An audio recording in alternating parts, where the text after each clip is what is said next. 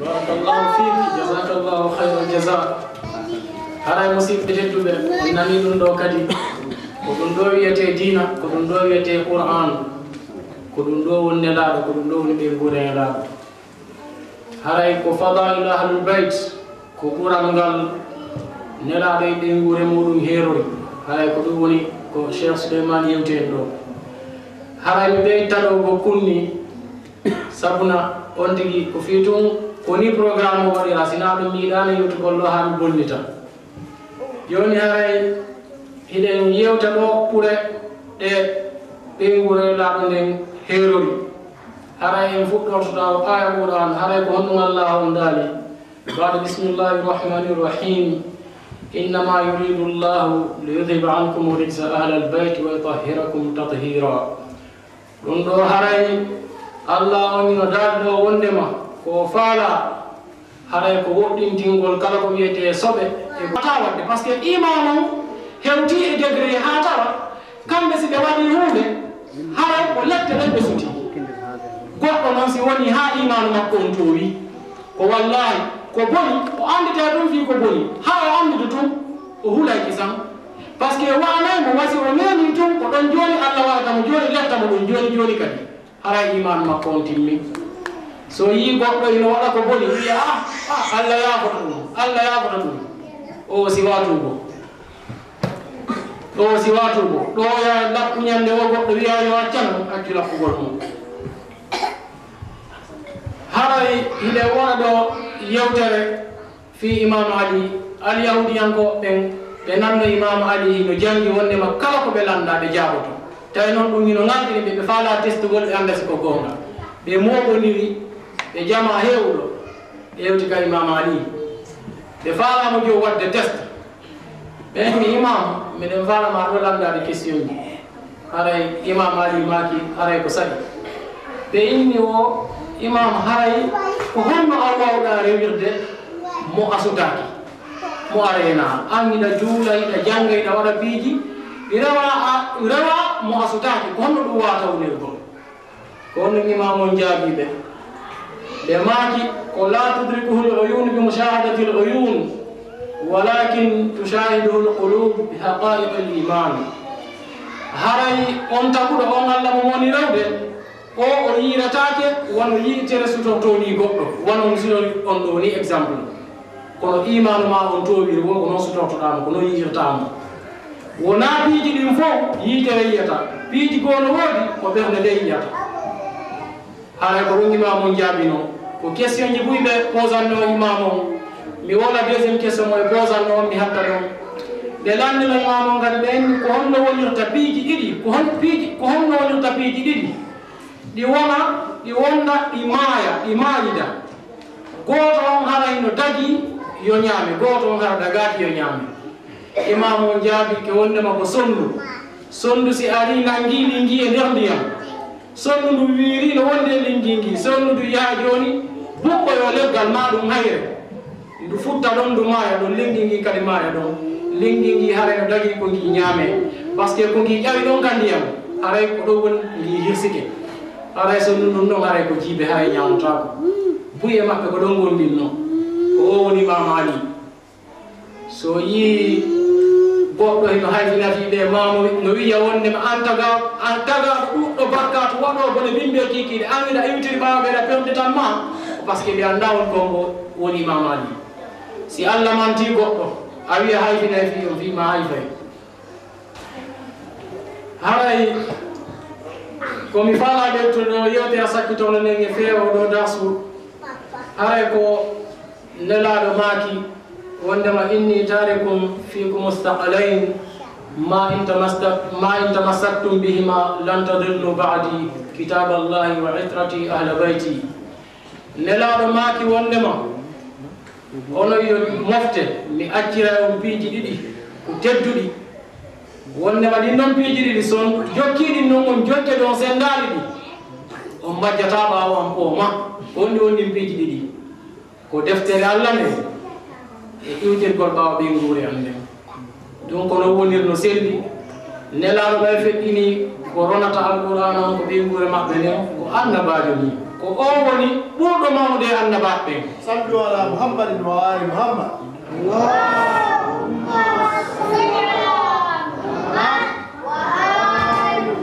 si goɗɗo woni annabajo ha woni tawta annabaɓen fof ko kanko accanta o ala ko ronina famille makko on ɓuuri alqur'ana ɓay o wona étage jiyandirɗen mo wona banque wona goɗɗum goo o ko alqur'ana e gandal ko ɗum woni ko accirɗe gure makko nden o alqur'ana noon ko yoɗɗen ko wondema ko o samit ko deeɓiɗo o so walike ɗo duuɓi wulwe sa fontani mo jannguɗa fewɗa goto andata haray o ala nafa ko ma goɗɗo ara ko janga na jama o fire ko honɗum woni e makko haray ko kamɓe akkirawo alqur'ana haray ko kamɓe wawata laɓɓinande jama on no hanir noon eɗen gandi firoji ɓuri hino woodi firoji goo hino serta kalqur'an hino serti karmo koɓɓen hino serti kono ko wallahi daara firo alul bayta mum a anda kisa wondema ko gandande laaɓe ngal woni koɓe roni joni haray mi hatta ɗo par ce que sa yo ko happa ɗum haray joni karmo ko ɓe duwaɓe senade ɗo ɓen waɗangollen ɗo dars akhlaq haray ko oustad cheikh محمد علي جلو نستقبله بالصلاة على محمد وآل محمد. اللهم صل على محمد وآل محمد.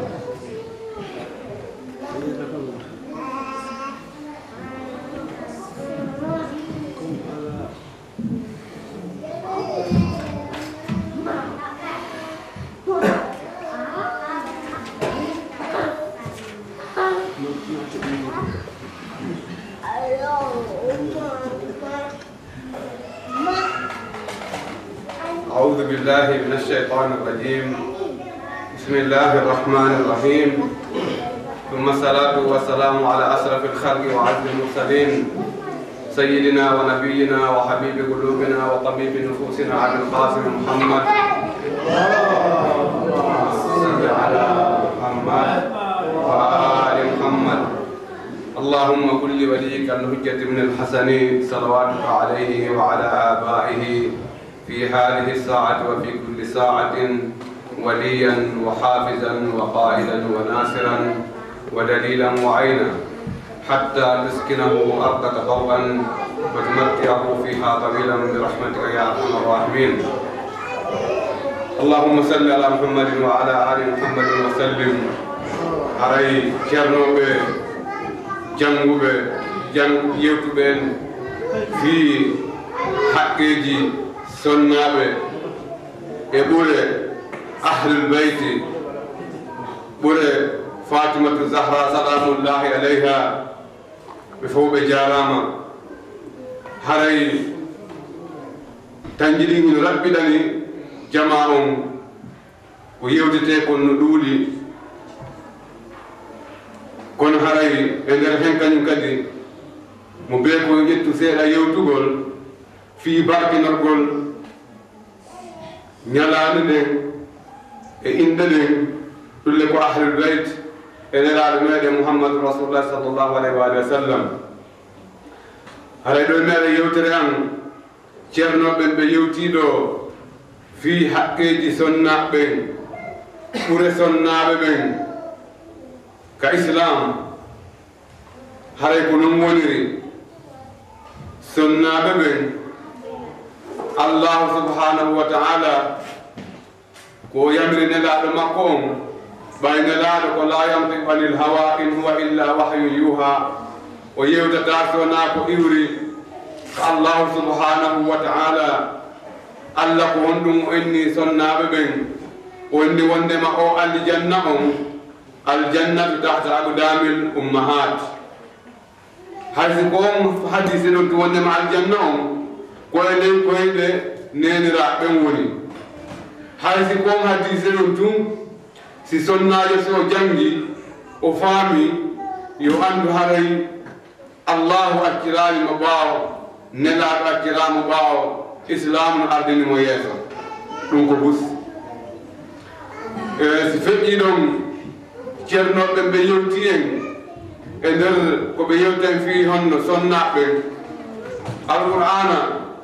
hino holli jama on ko honno sonnaɓe ɓen ɗoftinani ɗoftiɓe gendiraɓe muɗum ɗofti allahu subhanahu wa taala ko honno ɓe wonirno. allah holli kañum kadi hen sonnaɓe janfinoɓe moodi muɗum ko honno ɓen kañum kadi wonirno. si en daari ka surat at-tahrim qala allahu taala fi muhkami kitabil majid ba'da bismillahi rrahmani rrahim ضرب الله مثلا للذين كفروا امرأة نوح وامرأة لوط كانتا تحت عبدين من عبادنا صالحين فخانتاهما فلم يغنيا عنهما من الله شيئا وقيل ادخلا النار مع الداخلين. وضرب الله مثلا للذين آمنوا امرأة فرعون إذ قالت رب ابن لي عندك بيتا في الجنة ونجني من فرعون وعمله ونجني من القوم الظالمين. بسناɓe ɗiɗo sonnajo annabi nuhu e sonnajo annabi lut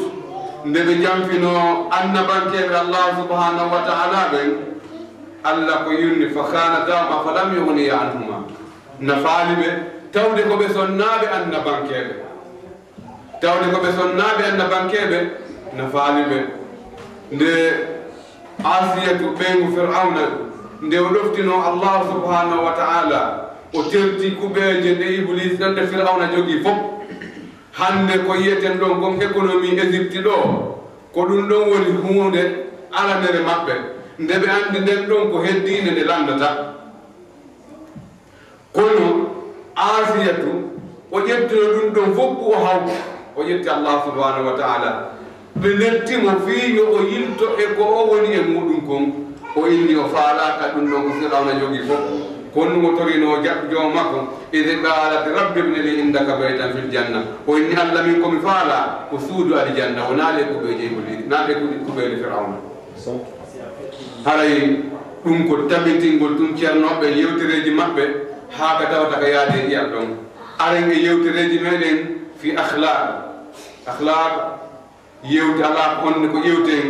ɓuri sina koye ƴetti o moy nelaɗo maaki wondema ana madinatul ilmi wa aliyum babuha nelaɗo maaki wondema ko min woni saare gandal ko amirul muminina ali woni dambugal gandal ɗulle noon mo ƴetti ka imamu ali ɗon haray o ƴetti ka yonata imamu ali hiɓe maaki hay ɓe waajade woɓɓe kalɓe taalibaɓe maɓɓe ka nahjul balaga ɓe maakani taalibajo on maɓɓe on ɓe maaki ɓe hollude jama on ko honno aduna woniri ko honno duwaɗen waɗirde hoore meɗen ƴetten ɓe waɗani en aduna on ɓe waɗanen tintorgal ka tintoɗen ɓe maaki la takun mimman yarju l akhirata bil amali bi gayri l amali ɓe maaki ko an wota wonu neɗɗo jortotoɗo laakara hara a gollata la takun mimman yarju l akhirata bi gayri l amali wota tangin a heɓay gurdam moƴƴan hara a gollanaali ɗan wota tangin a heɓay laakara hara a yanganaaki laakara on wa yurajji'u tawbata bi tuuli l amali ñande kala ñande mo bonnude allah subhanahu wa taala o inna mi accay janngo siko fenaade woni hikku makko o inna mi ettoto mi haɗito janngo fenaade siko angal juulugol waɗete nder makko o inna janngo mi fuɗɗoto juulugol si tawi ko ñaamugol ko harmi o inna mi accay janngo ñaamugol ko harmi si tawi ko yeeyowo yeeya ko boni o inna janngo mi accay yeeyugol wa yurajji'u tawbata bi tuulil amali ko ɗon waɗi si ceerno samba momɓe yaaɓe maaki wondema e nder yewtireji maɓɓe ɓe indi sifa e zawfa e layta ko lismodiral ɓe indi sa jooɗo innugol janngo mi waɗay janngo mi waɗay ko aroyta ɗum ɗon ko niise yo allah dandu en yaqulu fi dunia bi qawli zahidina neɗɗanke hara mo jooɗimo wolaka aduna ɗo ko konnguɗi honno ruuɗiɓe aduna hara konnguɗi maɓɓe ɗin fof ko yewɗata ko fi ruuɗagol aduna wa yamalu fiha bi amali ragibina kono noon ko woni e yanganade aduna kon ko golle faalaɗo aduna himo haɗude jama on himo innude tertoɗen aduna kono hara ko aduna o woni e yanganade in utiya minha lam yashba si o jonnama ko woni aduna on kon fof o wonɗo e wadde muɗum pilasi ko ruuɗiɗo ko tertiɗo aduna e dagammeji aduna in utiya minha lam yashba so hokkama ko woni aduna allah kon fof ko harata wa in munia minha lam yafna si o haɗama tertagol jokkugol aduna o accata